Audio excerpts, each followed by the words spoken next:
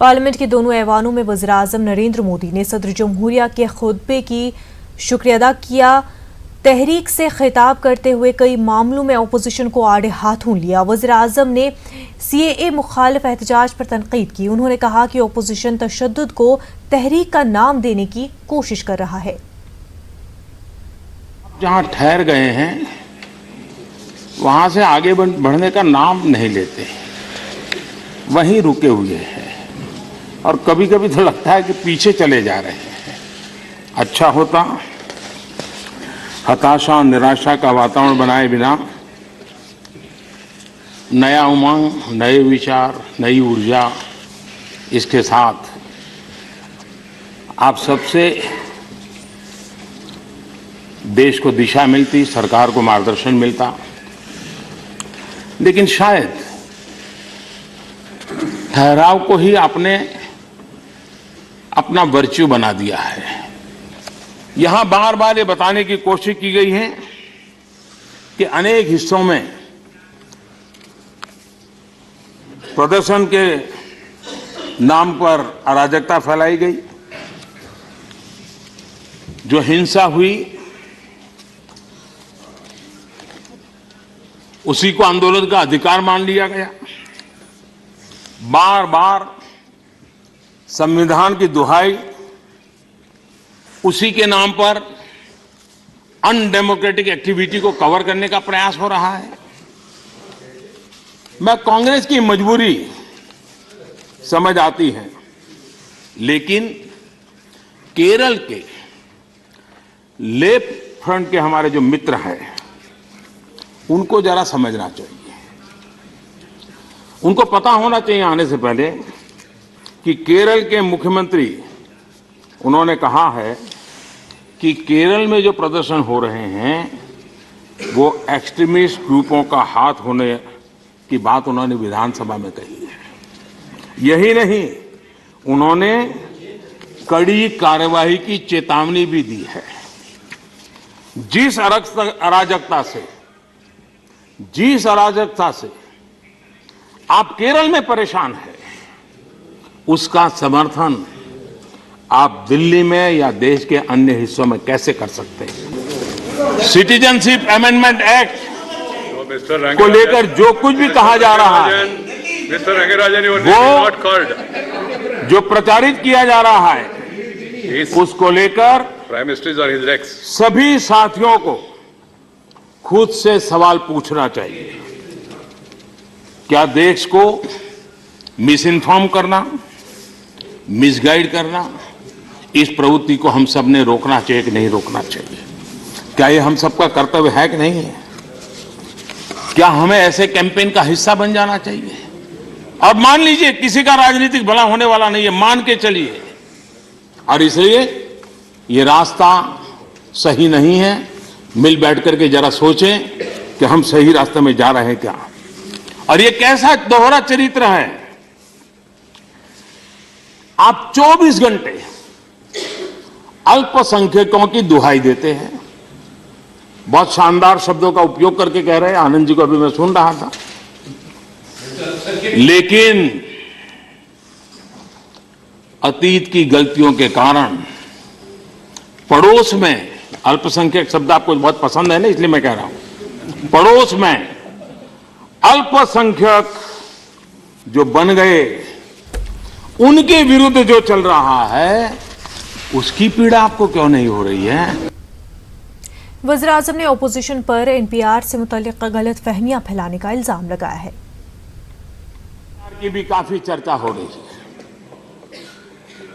जनगणना और NPR सामान्य प्रशासनिक गतिविधियां हैं जो देश में पहले भी होती आई है, लेकिन जब वोट बैंक पॉलिटिक्स की ऐसी मजबूरी हो तो खुद NPR को 2010 में लाने वाले लोग आज लोगों में भ्रम फैला रहे हैं, विरोध कर रहे हैं।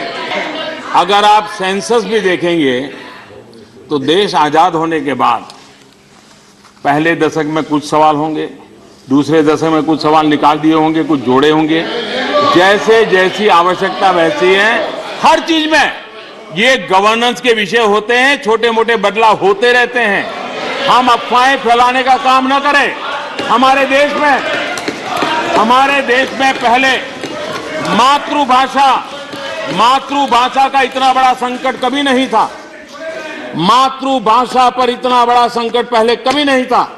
आज सूरत के अंदर उड़ीसा से माइग्रेट होकर के बहुत बड़ी संख्या में लोग आए हैं और गुजरात सरकार ये कहे कि हम उड़िया स्कूल नहीं चलाएंगे, कब तक चलेगा? मैं मानता हूं कि सरकार पर जानकारी होनी चाहिए कि कौन सी मातृभाषा बोलता है, उसके पिताजी कौन सी भाषा बोलते थे, तब जाकर के सूरत में उड़िया स्कूलों को चालू किया जा सकता है। पहले माइग्रेशन नहीं होता था।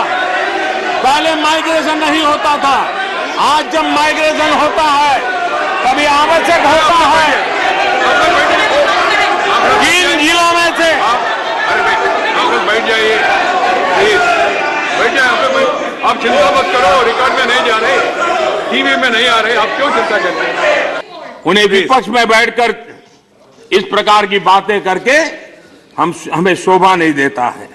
लेकिन जिस काम को बकायदा आप लाए, आगे बढ़ाया, मीडिया में प्रचार करवाया, अब आज उसे ही अछूत बनाकर उसका विरोध करने में जुट गए हैं। इस बात का सबूत है कि आपके नैरेटिव्स केवल और केवल वोट बैंक की राजनीति के हिसाब से तय होते हैं। पीएम मोदी के खिताब पर राहुल गांधी ने कहा कि पीएम मुल्क के मसाइल की बात नहीं करते। पीएम मोदी हर मसले को डाइवर्ट कर देते हैं। बात होती है मुल्क के मफाद की तो बात करते हैं गांधी और नेहरू की। सामने सबसे बड़ा मुद्दा रोजगार का है, इकोनॉमी का है, और इस देश का हर युवा चाहता है कि पढ़ाई के बाद, कॉलेज, यूनिवर्सिटी, स्कूल के बाद उसे ये देश रोजगार दे पाए। ये आप किसी भी युवा से पूछ लीजिए, वो आपको ये जवाब देगा कि आज हिंदुस्तान में सबसे बड़ी समस्या रोजगार की है। और हमने प्रधानमंत्री से 3, 4, 5, 6, 10 बार पूछा कि आपने 1.5 घंटे का भाषण किया है, इसमें आप थोड़ा सा 2 मिनट देश के युवाओं को रोजगार के बारे में बता दीजिए। देश के युवाओं को यह बता दीजिए कि आपकी सरकार ने उनको रोजगार दिलवाने के लिए क्या किया। और आपने देखा होगा, युवाओं ने देखा कि प्रधानमंत्री जवाब नहीं दे पाए। मेन इशू यही है और प्रधानमंत्री इसके बारे में एक शब्द नहीं बोल सकते। उससे पहले आपने देखा फाइनेंस मिनिस्टर ने 3 घंटे का भाषण दिया, उसमें भी रोजगार के बारे में एक शब्द नहीं था। पहले मेक इन इंडिया की बात होती थी, पहले इकोनॉमी की बात होती थी, 5 ट्रिलियन 6 ट्रिलियन पता नहीं कितने ट्रिलियन की बात होती थी। और आज जो सबसे बड़ा मुद्दा है उसके बारे में प्रधानमंत्री के मुंह से एक शब्द नहीं निकल रहा। और वो डिस्ट्रैक्ट कर रहे हैं, कभी इसकी बात करेंगे, कभी कांग्रेस की बात करेंगे, कभी जवाहरलाल नेहरू की बात करेंगे, कभी पाकिस्तान, कभी पता नहीं बांग्लादेश। मेन मुद्दे की बात कीजिए प्रधानमंत्री जी। देश के युवाओं को आप बता दीजिए उनके लिए रोजगार के लिए क्या कर। सीएए, एनआरसी और एनपीआर के खिलाफ भोपाल इकबाल मैदान में सत्याग्रह जारी है। इकबाल मैदान में 37वें दिन जारी सत्याग्रह में तलबा के साथ बड़ी तादाद में खवातीन ने शिरकत की और मरकजी हुकूमत के मौक़िफ़ को सख्त तनक़ीद का निशाना बनाया। सत्याग्रह करने वाली खवातीन ने वाज़े तौर पर कहा कि मरकजी हुकूमत न सिर्फ सीएए को लेकर मुल्क को गुमराह कर रही है बल्कि सियाह कानून का निफाज करके मुल्क के शहरियों से उनके जमहूरी हक़ूक़ को छीनने का काम कर रही है। पेश है हमारे नुमाइंदे मेहताब आलम की इकबाल मैदान सत्याग्रह से खास रिपोर्ट। सीए, एनआरसी और एनपीआर के खिलाफ आज 37वें दिन भी एहतजाज जारी है। हालांकि मध्य प्रदेश हुकूमत ने कल अपनी करारदाद मंजूर की है, लेकिन हुकूमत की इस हुकूमत के साथ साथ मरकजी हुकूमत की बात करें और जिस तरह से प्राइम मिनिस्टर ने राज्यसभा में, लोकसभा में अपना बयान दिया है, हमें देखते हैं कि यहाँ के लोग उससे मुतमईन नहीं है। और इनका कहना है कि अगर गवर्नमेंट एक कदम इससे पीछे नहीं हट रही है तो ये लोग भी अपने हुकूक के लिए, अपने अधिकार के लिए पीछे हटने वाले नहीं है। जिस तरह से इनके बुजुर्गों ने आज़ादी की लड़ाई में सैकड़ों साल जो है अंग्रेज़ों से जद्दोजहद लड़ी, उसके बाद मुल्क को आज़ाद कराया, उसी तरह से सियाह कानून के खिलाफ भी इनकी जद्दोजहद जारी रही है। कुछ लोग यहाँ पर मौजूद हैं, उनसे जानते हैं। आपका नाम? मेरा नाम सरवर जहां है। आप इस उम्र में जब आराम करने के दिन है, टेंट के नीचे आकर एहतजाज कर रही है, क्या उद्देश्य है, क्यों आपको यहाँ पर आना पड़ा? हम यहाँ पर इसलिए आए हैं कि हमारे ऊपर ये जो काले कानून 3 लादे गए हैं उसका हम विरोध करेंगे। क्यों कि सरकार की आदत तो रोज़ाना झूठ बोलने की है और हमेशा हमसे झूठ और झूठ, कभी पार्लियामेंट में, कभी कहीं हर तरह से हमको झूठा आश्वासन देती रहती है और हम इसको नहीं मानेंगे। अगर वो ये कहते हैं कि हम 1 इंच नहीं सरकेंगे तो ये हम सब लोगों का दावा है कि हम आधा इंच नहीं हटेंगे। काले कानून से आज़ादी की बात हो रही है, शहरियत तरमीमी कानून, हुकूमत पर आप लोगों को यकीन क्यों नहीं हो रहा है? हुकूमत ने अभी तक जितने भी काम किए हैं कोई एक भी सही नहीं किया। ना तो रोज़गार पे बात करते हैं, ना वो बलात्कार पे बात करते हैं, ना वो देश के विकास पे बात करते हैं। कोई एक भी उनकी बात जो है वो ऐसी नहीं है कि जो हम लोग के देश के फेवर में करते हों। इन्होंने बाबरी मस्जिद का मुद्दा उठाया, इन्होंने ट्रिपल तलाक उठाया, इन्होंने इसके अलावा भी बहुत सारे मुद्दे हम लोग के ऊपर लाद के रखे, लेकिन कभी हम लोगों ने उसके बीच में कोई झगड़ा फसाद नहीं किया। इसीलिए कि हम लोग जहाँ भाई भाई बन के रहते हैं, हम लोग सब एक रहते हैं, मिलकर रहते हैं। और हमें देख रहे हैं कि तमाम कौमों के लोग यहाँ पर आपके एहतजाज में, धरने में शामिल होते हैं। यहाँ पर ये जानना चाहेंगे, हुकूमत बार बार ये कह रही है कि ये सीए का जो कानून है ये शहरियत देने के लिए है, लेने के लिए नहीं है। फिर आप लोग जो है, तमाम लोग जो पढ़े लिखे हैं, उनको हुकूमत के दावे पर एतबार क्यों नहीं हो रहा है? दरअसल हुकूमत झूठी और मक्कार है। मैं आपको बताऊं, एक तरफ तो वो ये कहती है कि हम आपके साथ हैं, दूसरी तरफ जिसको प्रधानमंत्री खुद फॉलो करते हैं वो बुर्का पहन के जाती है हमारी औरतों के दरमियान। वो पता नहीं क्या क्या गतिविधि करना चाहती है। वो एक तो ये अपना बनाते हैं, ऊपर से पीठ पे हमला करते हैं। पहले शुरू हुए 3 तलाक पे, फिर बाबरी का मुद्दा आया, पता नहीं कौन कौन से मुद्दा आए, मगर हम लोगों ने एकता दिखाई। मगर आज हमारे वजूद की लड़ाई है, और ये वजूद की लड़ाई ना हम बहुत आगे तक लेके जाएंगे। आपको क्या लगता है ये दिन के लिए लड़ाई है? अंग्रेज़ों से हमने सालों साल लड़ा है, तो तुम्हारी क्या वैल्यू? हम हटाएंगे इन संघियों को, काले कानून को हटाएंगे और देश के अंदर एकता की मिसाल पैदा करेंगे। आज यहाँ पर मौजूद हैं तमाम धर्म के लोग, हिंदू, मुस्लिम, सिख, ईसाई, सब आज हमारे साथ क्यों खड़े हुए हैं? क्योंकि वो इंसानियत पसंद हैं, वो अमन पसंद हैं, वो मोहब्बत करते हैं इस धर्म से, मुस्लिम से ख़ास तौर से बहुत मोहब्बत करते हैं। आपस में खड़े हैं एक साथ, संविधान से मोहब्बत करते हैं। रुकिए, हम यहाँ पर क्यों हैं? तो उसमें छेड़छाड़ करोगे तो हम कैसे खामोश रहेंगे? इनकलाब देखा कि यहाँ पे जितने भी लोग हैं, तमाम लोग, हिंदू, मुस्लिम, ईसाई, सब लोग मौजूद हैं। इनको हुकूमत के मौक़िफ़ पर किसी भी तरह से एतबार नहीं है। यही वजह इनका कहना है कि जिस तरह हुकूमत अगर वापस नहीं होंगे तो ये भी अपने मौक़िफ़ से वापस नहीं होंगे जब तक कि ये कानून वापस नहीं लिया जाता। कैमरामैन शेख अफजल के साथ महताब आलम, न्यूज़ 18 भोपाल। मुंबई के नागपाड़ा इलाके के मोरलैंड रोड पर जारी शाहीन बाग का एहतजाजी धरना आज 12वें रोज में दाखिल हो चुका है। कोऑर्डिनेशन कमेटी ने रियासती वज़ीर दाखिला की यकीन दहानी के बाद प्रेस कॉन्फ्रेंस करते हुए एहतजाज को ख़त्म करने का ऐलान कर दिया है, लेकिन मुंबई शाहीन बाग के एहतजाज को ख़त्म करने से ख़वातीन ने इनकार कर दिया है।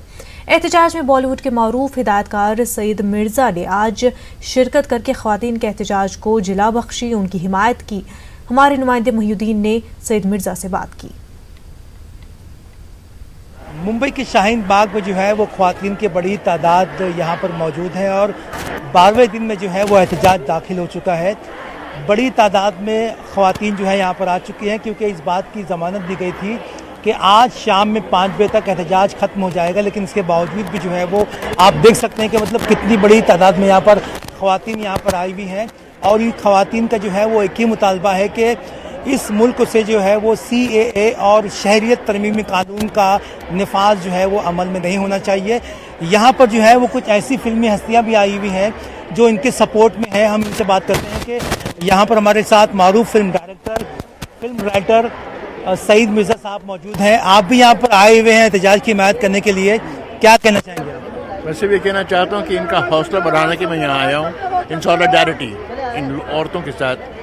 मुझे ये कहना चाहता हूँ कि ये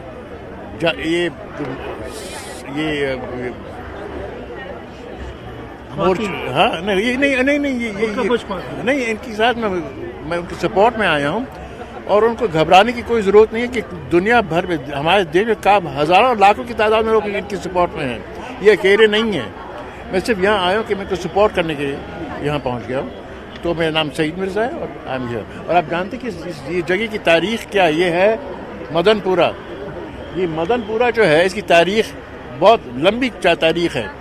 this has been linked to the freedom movement of India, ये लोग, यहाँ के लोग जो हैं, इनकी तारीख वहाँ तक पहुँचती है।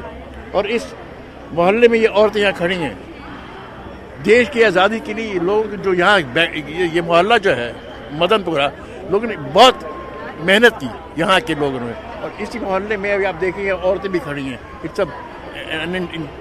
एन इनक्रेडिबल थिंग, हिस्टोरिकल है कि तारीख ये जगह की है, और ये औरतें जो है अभी तारीख खुद बना रही हैं।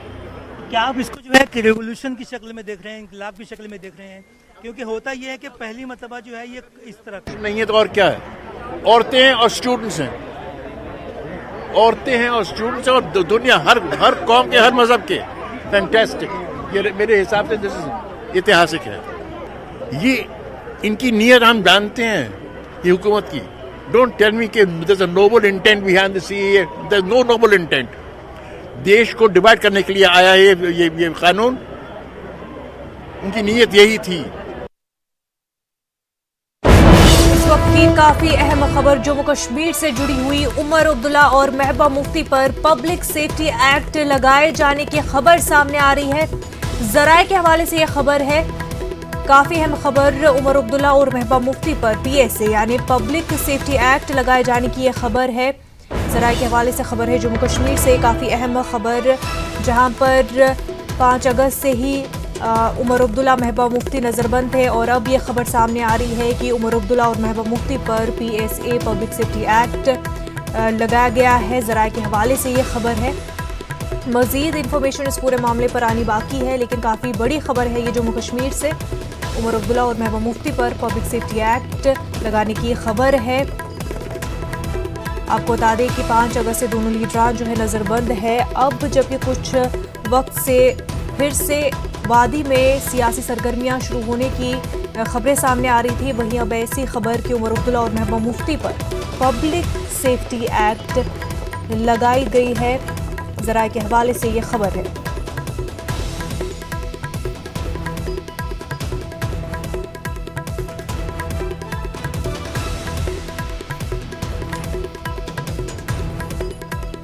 काफ़ी अहम खबर जम्मू कश्मीर से जुड़ी हुई। उमर अब्दुल्ला और महबूबा मुफ्ती पर पब्लिक सेफ्टी एक्ट लगाए जाने की खबर है। आपको बता दें पिछले साल अगस्त 5 से लीडरान डिटेंशन में है, नज़रबंद है, और अब उन पर पब्लिक सेफ्टी एक्ट लगाए जाने की खबर सामने आ रही है।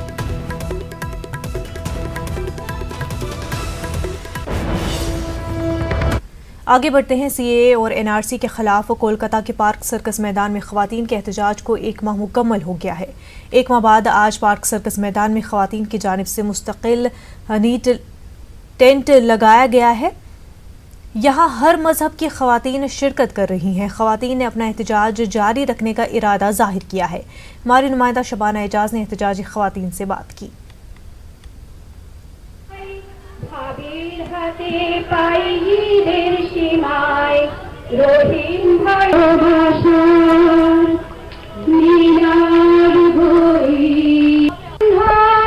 कोलकाता के पार्क सर्कस मैदान में खवातीन का एहतजाज जारी है।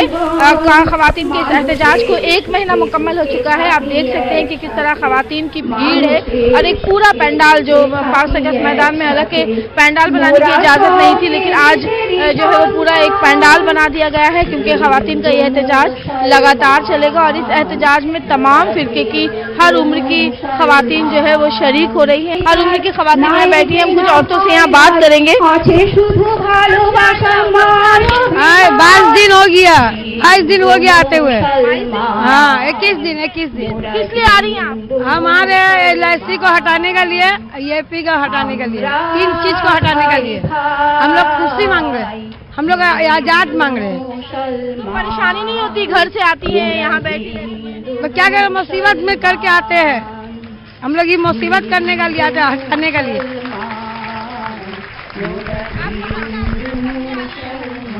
आज 31 दिन हो गया है, तो शेष आते हैं।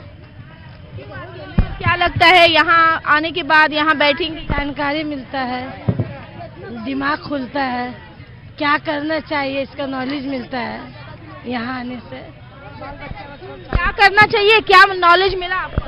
हमको नॉलेज यही मिला कि हम सब एक है, और ये जो हो रहा है सब गलत है, ये सब हट जाना चाहिए।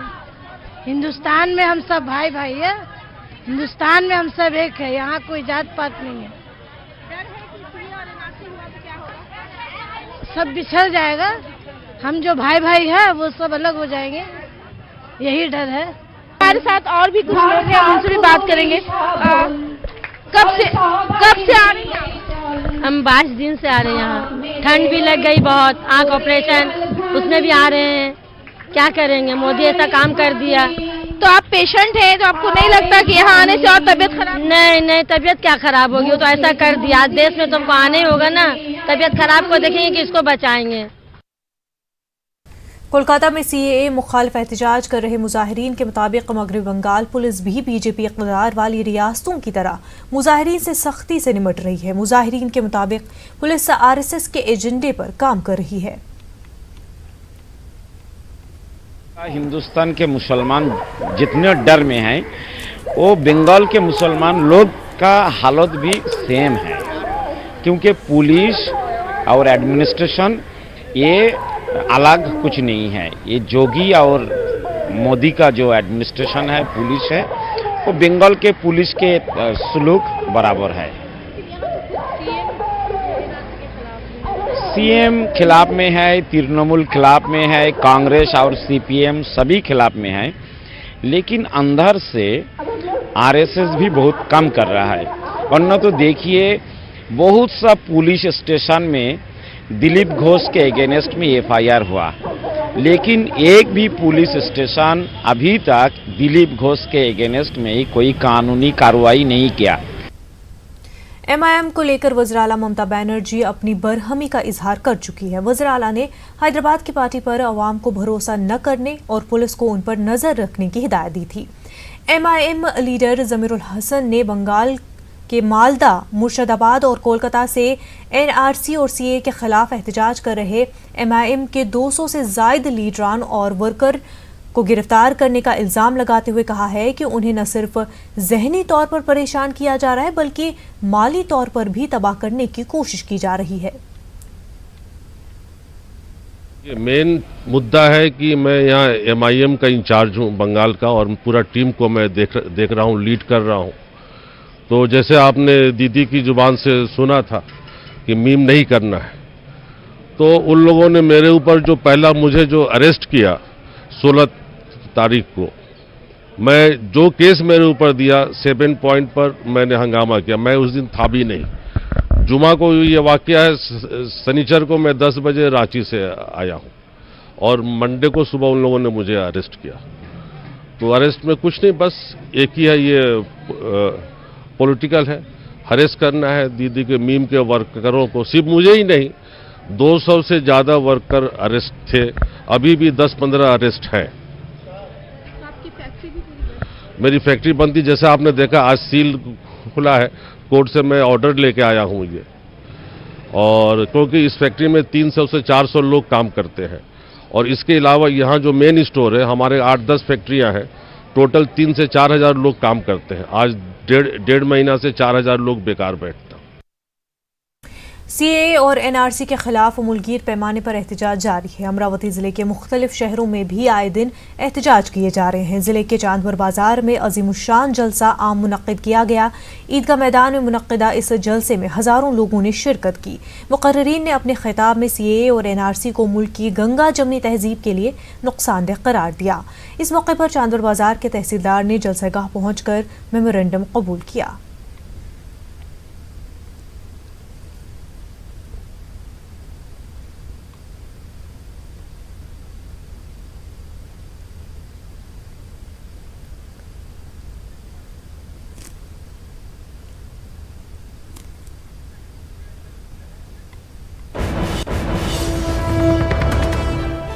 इस वक्त की अहम खबर जम्मू कश्मीर से जुड़ी हुई है।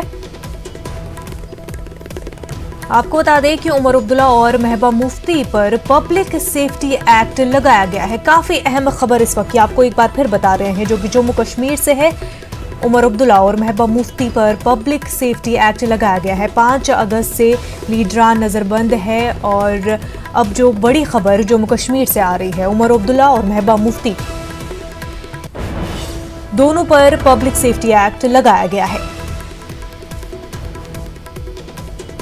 आर्टिकल 370 के हटाने के बाद से सियासी लीडरान को नजरबंद रखा गया है और अब जो बड़ी खबर जम्मू कश्मीर से आ रही है, उमर अब्दुल्ला और महबूबा मुफ्ती पर पब्लिक सेफ्टी एक्ट लगाया गया है।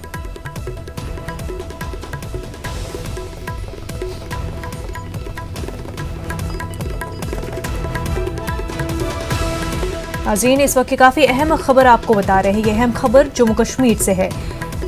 उमर अब्दुल्ला और महबूबा मुफ्ती जो कि पिछले साल 5 अगस्त से नजरबंद है, उन पर पब्लिक सेफ्टी एक्ट लगाया गया है।